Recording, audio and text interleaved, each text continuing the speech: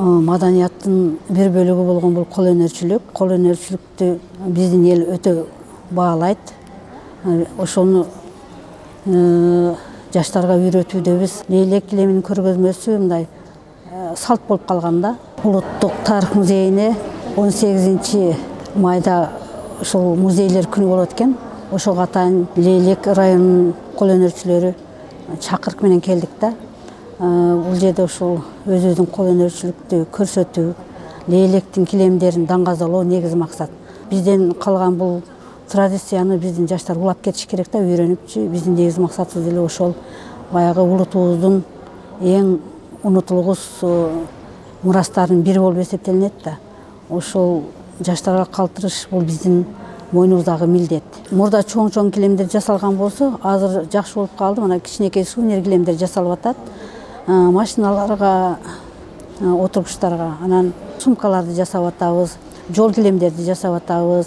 Натуральный светте, эгер кааласа боелгон светте, чоң кичинесине ошо заказга карап жасап атабыз. Сокмо килемдин ар кандай түрлөрү бар экен да, согунун. Жакында биз ошол дагы 2-3 технологиясын үйрөнүп атабыз. Мисалы үчүн мен өзүм дагы ошону мен 2016-жылы ушул Каксары деген уюм бар биздин Кыргызстанда, муну Динара Чочунбаева жетектеп атат. Ошол эже проект жазып, анан ошол килем боюнча мен проекттен көргөзүлүп калгамдагы, анан Грузияга барганмын.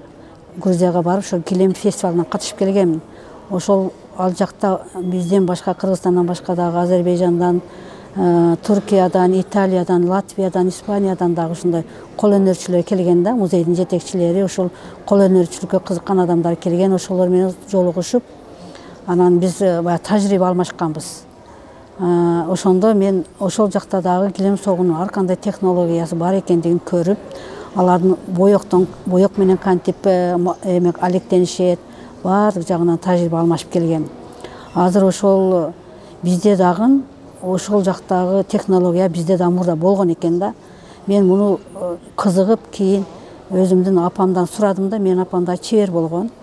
Апа ушундай ошол жакта ушинтип согот экен килемди десем, ал дагы мурда бизде болгон, бирок унутулуп калган.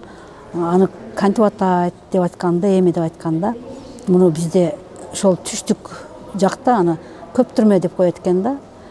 Ошол көптүрмөнүн 2 түрү, баягы таарга окшоп согуп туруп, анан кийин чиймелерин бетине чыгарып согот экенбиз, аны көптүрмө деп коет экен. Анан жалпы сплошной эме баягы казыкка чалганда кылып чалып согот экенбиз.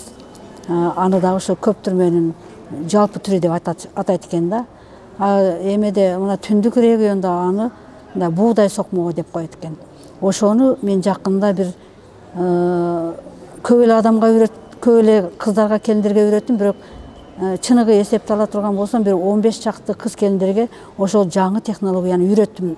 Көргөзмөнү уюштурган жетекчилерге, анан мына музейдин жетекчилерине, музейдин кызматкерлерине, анан өзүбүздүн эжебиз, мына Фарид эже ушул музейде иштеп атат. Ошол Фарид эженин Фарид эжеге, анан биздин Лейлек айымдары, мына Сарагүл Дуулатова, анан Кыргыз жогорку кеңештин депутаты Камилага, ушул жалпы өзүмдүн атымдан жана чеберлердин, кол өнөрчүлөрдүн атынан чоң ыраазычылык билгиземин.